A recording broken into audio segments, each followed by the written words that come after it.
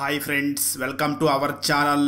ఈరోజు మనం 2023లో తమిళ్ లాంగ్వేజ్లో రిలీజ్ అయినటువంటి ఒక థ్రిల్లర్ డ్రామా మూవీ స్టోరీని డిస్కస్ చేద్దాం. అదే route number 17. Now let's start our video.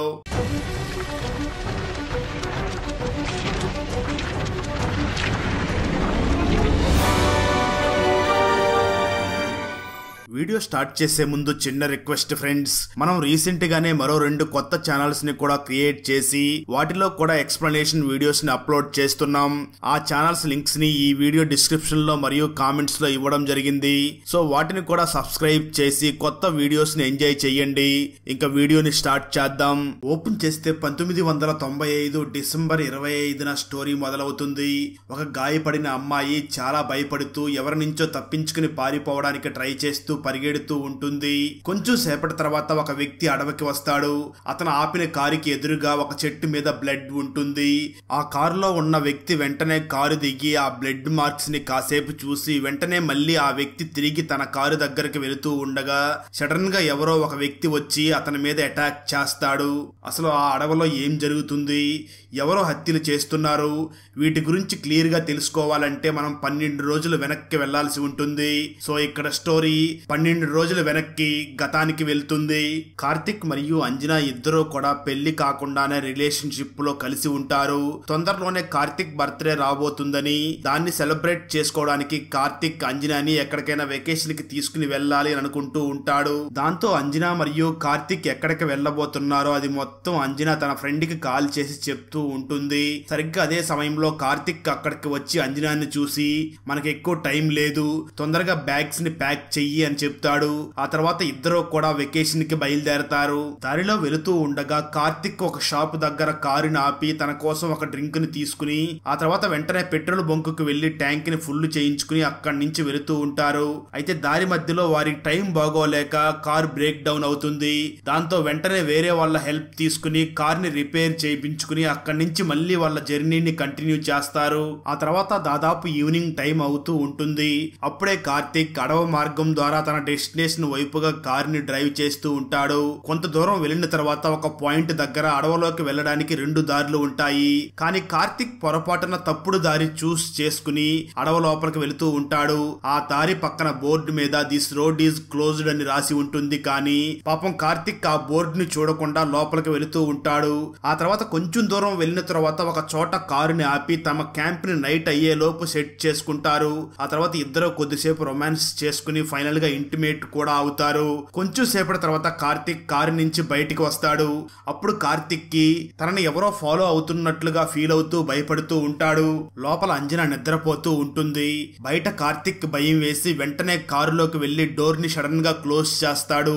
అప్పటి వరకు నిద్రపోతున్న అంజనా ఉలిక్కిపడి నిద్ర లేచి వెంటనే ఆ కారు నుంచి డోర్ తీసుకుని బయటకు వచ్చేస్తుంది. కార్తిక్ మాత్రం బయటికి వెళ్లొద్దు అని చెప్తూ ఉంటాడు. కానీ అంజనా భయపడిపోయి బయటకు వచ్చేస్తుంది.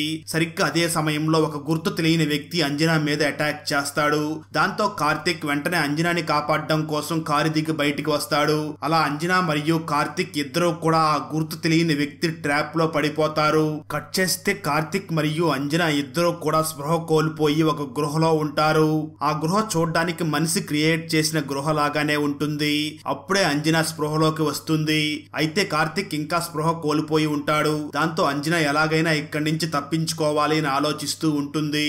అప్పుడే కార్తిక్ కూడా స్పృహలోకి వచ్చి వెంటనే అంజనాని హగ్ చేసుకుంటాడు. మరో పక్క అంజనా 2 డేస్ నుంచి కనిపించడం లేదు అని అంజనా హాస్టల్ వార్డెన్ వెంటనే పోలీస్ స్టేషన్ కి వెళ్లి అక్కడ ఇన్ఛార్జ్ గా ఉన్న సలీం ని చూసి అంజనా తన బాయ్ ఫ్రెండ్ కార్తిక్ తో పాటు బయటికి వెళ్ళింది, 2 డేస్ నుంచి మళ్ళీ హాస్టల్ కి రాలేదు, తను మిస్సింగ్ కంప్లైంట్ తీసుకోండి అని అంటుంది.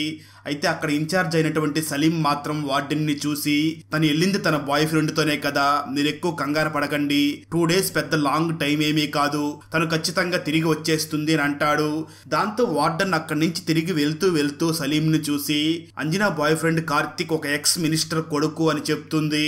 ఆ మాటలు విన్న సలీం కొంచెం కంగారు పడి ఒకవేళ అంజనా మిస్సింగ్ అయితే కార్తిక్ కూడా మిస్సింగ్ అవ్వవచ్చు అని వెంటనే సలీం విఘ్నేష్ అనే ఒక పోలీస్ ఆఫీసర్ ని ఈ కేసుని ఇన్వెస్టిగేషన్ చేయమని చెప్తాడు. ఆ తర్వాత పోలీసులు కార్తిక్ ఫోన్ కాల్ హిస్టరీ మొత్తాన్ని చెక్ చేస్తారు. ఆ తర్వాత కార్తిక్ ఫోన్ స్విచ్ ఆఫ్ అయిన ప్లేస్ ప్రెజెంట్ పోలీసులు ఉన్న ప్లేస్ కి కేవలం 1.5 కిలోమీటర్ల దూరంలోనే ఉంది అని తెలుస్తుంది. అంటే దాదాపుగా ఇద్దరు కూడా 5 కిలోమీటర్స్ రేడియస్ లోనే ఉన్నారు అని అనుకుంటారు. నిజంగానే కార్తిక్ మరియు అంజనాలు కేవలం 5 కిలోమీటర్స్ రేడియస్ లోనే ఉంటారు. దాంతో పోలీసులు వెంటనే కార్తిక్ మరియు అంజనాలని వెతకడానికి వెళ్తారు. మరో పక్క కార్తిక్ మరియు అంజనాలు గృహ లోపల నుంచి కాపాడండి అంటూ అరుస్తూ ఉంటారు. సరిగ్గా అదే సమయంలో వాళ్ళని కిడ్నాప్ చేసిన వ్యక్తి డోర్ తీసుకుని ఆ గృహ లోపలికి వస్తాడు. తను చాలా బలంగా చాలా వైల్డ్ గా ఉంటాడు.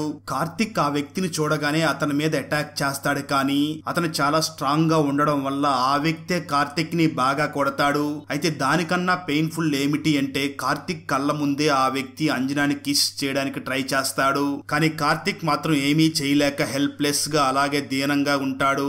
మరో పక్క పోలీస్ ఆఫీసర్స్ కార్తిక్ మరియు అంజనాలని వెతుకుతూ కార్తిక్ డ్రింక్ కొన్న షాప్ కి వెళ్లి అక్కడ ఎంక్వైరీ చేసి ఆ తర్వాత కార్తిక్ ఏ డైరెక్షన్ లో వెళ్ళాడో తెలుసుకుని అదే డైరెక్షన్ లో వెళుతూ వెంటనే కార్తిక్ ట్యాంక్ ని ఫుల్ చేయించుకున్న పెట్రోల్ బంక్ కి వెళ్లి కూడా ఎంక్వైరీ చేస్తారు. అలా పోలీసులు కరెక్ట్ గానే కార్తిక్ ను ఫాలో అవుతూ వాళ్ళు కూడా అడవిలోకి ఎంటర్ అవుతారు. అలా ముందుకు వెళుతూ అడవిలో కరెక్ట్ గా 2 దారులు ఉన్న ప్లేస్ కి రీచ్ అవుతారు పోలీసులు. అయితే సలీం కార్తిక్ అక్కడ ఉన్న బోర్డు ని చదివి ఇంకో దారిలో వెళ్లి ఉండవచ్చు అని ఆలోచించి ఆ దారిలో రేపు వెళ్లి చెక్ చేద్దాం అని చెప్పి పోలీస్ ఆఫీసర్స్ తిరిగి మళ్లీ స్టేషన్ వైపుగా టర్న్ అవుతారు. అంటే అంజనా మరియు కార్తిక్ లు పోలీసులు అక్కడికి వచ్చే వరకు ఆ వ్యక్తి టార్చర్ ని భరించాల్సి ఉంటుంది. కానీ ఆ వ్యక్తి ఎవరు, ఆ వ్యక్తి వాళ్ళని ఎందుకు టార్చర్ చేస్తున్నాడు అనే విషయం మనకు మెల్లమెల్లగా తెలుస్తుంది. మరో పక్క ఆ వ్యక్తి గుహ బయట చాలా సంతోషంగా ఏదో సాధించిన వాడిలాగా చాలా హ్యాపీగా ఫీల్ అవుతూ ఉంటాడు. సరిగ్గా అదే సమయంలో అంజనా మరియు కార్తిక్ లు పైన ఉన్న దారి నుంచి గృహ నుంచి బయటకు వచ్చి అక్కడి నుంచి పారిపోవడానికి ట్రై చేస్తూ ఉంటారు. కానీ వాళ్ళ ప్లాన్ ఫలించదు. ఎందుకంటే ఆ ఏరియా మొత్తం ఆ వ్యక్తికి తెలుసు. దాంతో తను వెంటనే వచ్చి వాళ్ళిద్దరిని మళ్లీ బంధించి పైనుంచి గృహలోకి వేసి బంధిస్తాడు. పైనుంచి పడడం వల్ల కార్తిక్ తలకి బాగా బలంగా దెబ్బ తగిలి తన స్పృహ కోల్పోతాడు. మరో పక్క రాత్రిపూట సలీం ఈ కేసు గురించి ఆలోచిస్తూ ఒక బాయ్ ఫ్రెండ్ తన గర్ల్ ఫ్రెండ్ ని డేట్ కి తీసుకువెళ్తే ఆమెను ఎక్కడికి తీసుకుని వెళ్లి ఉండవచ్చు అని ఆలోచించి ఆమెను మనుషులు ఎవరో తిరగని నిర్మానుష్యమైన ప్రదేశానికి తీసుకుని వెళ్లి ఉండవచ్చు అని సలీం భావించి దాంతో సలీం వెంటనే ఆ నెక్స్ట్ డే ఇన్వెస్టిగేషన్ స్టార్ట్ చేసి మనం అందరం కూడా అడవి మార్గంలోకి వెళ్ళాలి అని చెప్తాడు. అప్పుడు పోలీసులకి కార్తిక్ బీర్ బాటిల్ కనబడుతుంది. దానివల్ల పోలీసులు మనం కరెక్ట్ వేలోనే వెళుతున్నాం అనుకుని ముందుకు వెళ్ళిన తర్వాత పోలీసులు రాంగ్ టర్న్ తీసుకుంటారు. అంటే కార్తిక్ ఏ దారిలో వెళ్ళాడో పోలీసులు మరొక దారిలో వెళ్తారు. అలా వాళ్ళు ముందుకు వెళ్ళగా వాళ్ళకి ఎటువంటి ఎవిడెన్స్ దొరకదు. దాంతో వాళ్ళు తిరిగి మళ్ళీ రిటర్న్ వచ్చేస్తారు. ఆ రోజు రాత్రి మళ్ళీ సలీం ఆ కేసు గురించి ఆలోచిస్తూ చాలా టెన్షన్ గా ఫీల్ అవుతూ ఉంటాడు. ఎందుకంటే కనిపించకుండా పోయిన కార్తిక్ ఎక్స్ మినిస్టర్ కొడుకు కాబట్టి చాలా టెన్షన్ గా ఫీల్ అవుతూ ఉంటాడు. దాని గురించి ఆలోచిస్తూ సలీం ఆ రోజు అడవిలో రికార్డ్ చేసిన వీడియోని మళ్ళీ ప్లే చేసి చూస్తాడు. అప్పుడే సలీం కి ఆ అడవిలో ఒక ప్లేస్ నుంచి లైట్ బయటికి రావడాన్ని సలీం గమనిస్తాడు. నిజానికి ఆ ప్లేస్ లోనే ఆ వ్యక్తి దాక్కుని ఉంటాడు. ఇదంతా చూసిన సలీం కి చాలా విచిత్రంగా అనిపిస్తుంది. ఆ తర్వాత వెంటనే సలీం అడవిలోకి కార్తిక్ మరియు అంజనాని వెతుక్కుంటూ ఒంటరిగా వెళ్తాడు. అప్పుడు సలీం కి అడవిలో ఒక ప్లేస్ లో బ్లడ్ మార్క్స్ కనబడతాయి. దాన్ని చూసిన సలీం ఈ ప్లేస్ సేఫ్ కాదు అని అర్థం చేసుకుని సలీం తన కారు లోపల నుంచి గన్ తీసుకురావడం కోసం కారు డోర్ ని ఓపెన్ చేస్తాడు. కానీ అప్పుడే వెనక నుంచి సడన్ గా ఆ వ్యక్తి వచ్చి సలీం మీద అటాక్ చేసి అతన్ని కూడా స్పృహ లేకుండా చేసి సలీం ని కూడా బంధిస్తాడు. ఆ తర్వాత ఈ కేసుని విఘ్నేష్ ఇన్వెస్టిగేషన్ చేయడం స్టార్ట్ చేస్తాడు. ఆ తర్వాత విఘ్నేష్ ముందుగా ఆ అడవి గురించి ఆ అడవి స్టోరీని తెలుసుకోవడానికి ట్రై చేస్తాడు. అప్పుడే విఘ్నేష్ కి న్యూస్ పేపర్ ద్వారా 25 సంవత్సరాల క్రితం ఒక ఇంజనీర్ ఫ్యామిలీ ఆ అడవిలో అనుమానాస్పదంగా చనిపోయినట్లు, వాళ్ళ చావుకి కారణం యాక్సిడెంట్ అని, మరి కొంతమంది జంతువులే చంపేశాయని అనుకుంటూ ఉండేవారు అని తెలుస్తుంది. అలాగే అప్పటి నుంచి ఆ అడవిలో విచిత్రమైన సంఘటనలు భయంకరమైన సంఘటనలు జరగడం మొదలయ్యాయి అని తెలుస్తుంది. అలాగే అడవిలోకి వెళ్లిన వాళ్ళందరూ కూడా అడవిలో ఎవరో ఉన్నారు అని చెప్పినట్లుగా తెలుస్తుంది.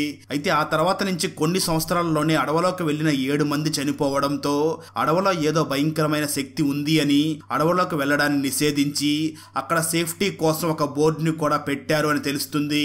అలా అడవి గురించి స్టోరీ మొత్తం పోలీస్ ఆఫీసర్ విఘ్నేష్ తెలుసుకుంటాడు. ఇలా స్టోరీ మొత్తం తెలుసుకున్న విఘ్నేష్ కి బహుశా ఆ అడవిలో జరిగేది ఈ ఇంజనీర్ ఫ్యామిలీ యాక్సిడెంట్ కి ఏదో సంబంధం ఉంది అనే డౌట్ వస్తుంది. దాని గురించి తెలుసుకోవడానికి విఘ్నేష్ పాత న్యూస్ పేపర్స్ ని వెతుకుతాడు. అప్పుడే ఒక పేపర్ లో ఇంజనీర్ ఫ్యామిలీ యాక్సిడెంట్ న్యూస్ కనిపిస్తుంది. ఉంటుంది. ఆ తర్వాత విఘ్నేష్ వెంటనే ఒకప్పుడు ఆ న్యూస్ ని కవర్ చేసిన విలేకరి దగ్గరికి వెళ్తాడు. అప్పుడే విఘ్నేష్ కి ఆ విలేకరిని కలిసిన తర్వాత మరొక విషయం తెలుస్తుంది. ఆ విలేకరి విఘ్నేష్ ని చూసి, ఈ ఆర్టికల్ ని నేనే రాశాను, కానీ ఈ ఆర్టికల్ నేను రాసింది కాదు. నేను రాసిన ఆర్టికల్ లో చాలా వేరే వేరే విషయాల్ని కూడా రాశాను. ఆ విషయాల్ని మా కంపెనీ వాళ్ళు కట్ చేశారు. కేవలం సగం నిజం మాత్రమే పబ్లిష్ చేశారు అని చెప్పి ఆ విలేకరి వెంటనే విఘ్నేష్ కి ఒక బుక్ నిస్తాడు. అందులో విలేకరి ఆ ఇంజనీర్ యాక్సిడెంట్ కి సంబంధించిన అసలైన కారణాలని రాసి ఉంటాడు. వెంటనే విలేకరి విఘ్నేష్ ని చూసి, ఒకవేళ నువ్వు దీని గురించి తెలుసుకోవాలి అనుకుంటే నువ్వు ఈ బుక్ ని ఖచ్చితంగా చదవాలి అని చెప్తాడు. ఆ తర్వాత విఘ్నేష్ ఆ బుక్ ని చదవడం స్టార్ట్ చేస్తాడు. స్టోరీ గతానికి వెళ్తుంది. ఒక ఇంజనీర్ ఫ్యామిలీ చాలా హ్యాపీగా సంతోషంగా లైఫ్ ని లీడ్ చేస్తూ ఉంటారు. ఆ ఇంజనీర్ పేరు జాన్. జాన్ ఒక కన్స్ట్రక్షన్ ఇంజనీర్ గా వర్క్ చేస్తూ ఉంటాడు. అందువల్ల అతనికి చాలా రోడ్డు మరియు బిల్డింగ్స్ పని దొరుకుతూ ఉంటుంది. అలా ఒక రోజు గురుమూర్తి అనే మినిస్టర్ జాన్ ని పిలిచి తనకి అడవిలో నుంచి ఒక రోడ్డుని నిర్మించే పనినిస్తాడు. అయితే జాన్ మాత్రం అడవిలో ఆల్రెడీ ఒక రోడ్డు ఉంది, మరి ఈ గురుమూర్తి ఎందుకు మరో రోడ్డుని నిర్మించడానికి ట్రై చేస్తున్నాడు అని ఆలోచిస్తాడు. అప్పుడే జాన్ కి గురుమూర్తికి జనాల మీద ప్రేమతో ఆ రోడ్డుని వెయ్యించడం లేదు, కేవలం తన ఇల్లీగల్ యాక్టివిటీస్ ని జరుపుకోవడం కోసమే ఆ రోడ్డుని వెయ్యిస్తున్నాడు అని జాన్ కి అర్థమవుతుంది. దాంతో జాన్ నేను ఆ రోడ్డుని వెయ్యలేను అని ఆ పనిని రిజెక్ట్ చేస్తాడు. జాన్ గురుమూర్తి గురించి కరెక్ట్ గానే ఆలోచిస్తాడు. అంటే గురుమూర్తి నిజంగానే ముంబై డాన్ అయినటువంటి కాసిం ఇబ్రహీం అనే వ్యక్తితో ఇల్లీగల్ బిజినెస్ చేస్తూ ఉంటాడు. గురుమూర్తి ఆ ఇల్లీగల్ బిజినెస్ చేయడానికి తన దగ్గర నలుగురు నమ్మకమైన వ్యక్తులు ఉంటారు. వాళ్ళలో మొదటి వాడు ఎమ్మెల్యే శివరాం, రెండో వ్యక్తి అక్కడ డిఎస్పీ శంకరలింగం, మూడో వ్యక్తి కాంట్రాక్టర్ మానన్, నాలుగో వ్యక్తి అతని రైట్ హ్యాండ్ అయినటువంటి సామినాథన్. ఈ నలుగురు వ్యక్తులు గురుమూర్తి ఇల్లీగల్ బిజినెస్ లన్నీ చేస్తూ ఉంటారు.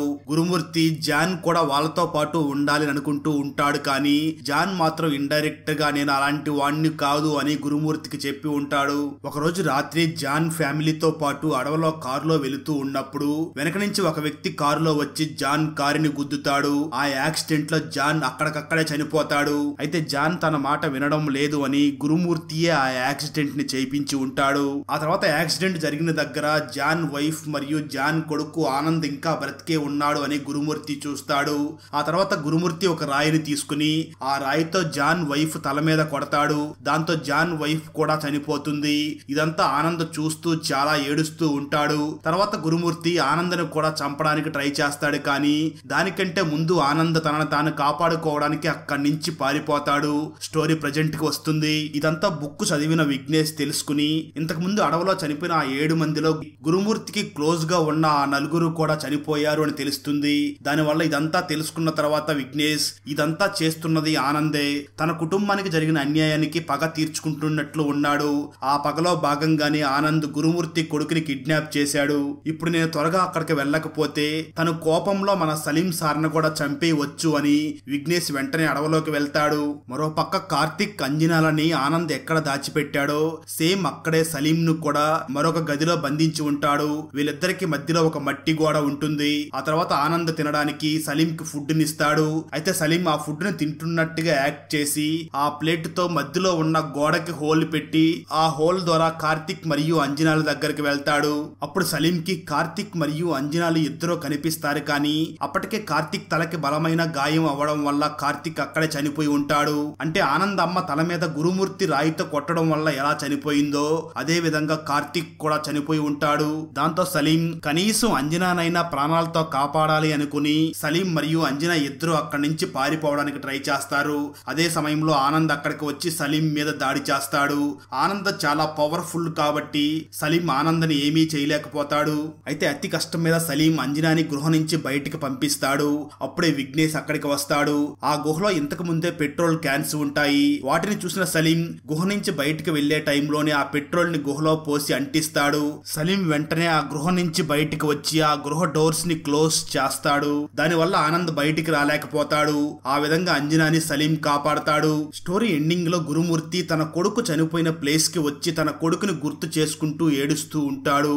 అప్పుడే సడన్ గా గురుమూర్తి మెడకి ఎవరో తాడు బిగించి చంపేస్తారు. గురుమూర్తిని చంపింది ఎవరో కాదు, ఆనందే. అంటే ఆనంద్ ఆ గుహలో చెలరేగిన మంటల వల్ల చనిపోయి ఉండడు, కానీ ఆనంద్ ఫేస్ కొంచెం కాలిపోయి ఉంటుంది. ఆ తర్వాత ఆనంద్ చాలా క్రేజీగా నవ్వుతాడు. అక్కడతో ఈ మూవీ అయిపోతుంది. అన్నట్టు మీరు తమిళ్లో రిలీజ్ అయినటువంటి లిఫ్ట్ అనే మూవీని చూసారా? మూవీ అయితే మాత్రం నెక్స్ట్ లెవెల్లో ఉంటుంది. బెస్ట్ హర్రర్ మూవీ అనే చెప్పవచ్చు. చూడకపోతే ఆ వీడియో లింక్ ని ఈ వీడియో డిస్క్రిప్షన్ లో మరియు కామెంట్స్ లో ఇస్తాను, వెంటనే చూసేయండి. ఫ్రెండ్స్, వీడియో నచ్చినట్లయితే లైక్ చేసి ఒక చిన్న కామెంట్ చేస్తే మాకు నెక్స్ట్ వీడియో చేయడానికి ఎంకరేజింగ్ గా ఉంటుంది. అలాగే ఛానల్ని సబ్స్క్రైబ్ చేసి పక్కనే ఉన్న బెల్ ఐకాన్ని క్లిక్ చేసి సపోర్ట్ చేయండి. Thanks for watching. జై హింద్.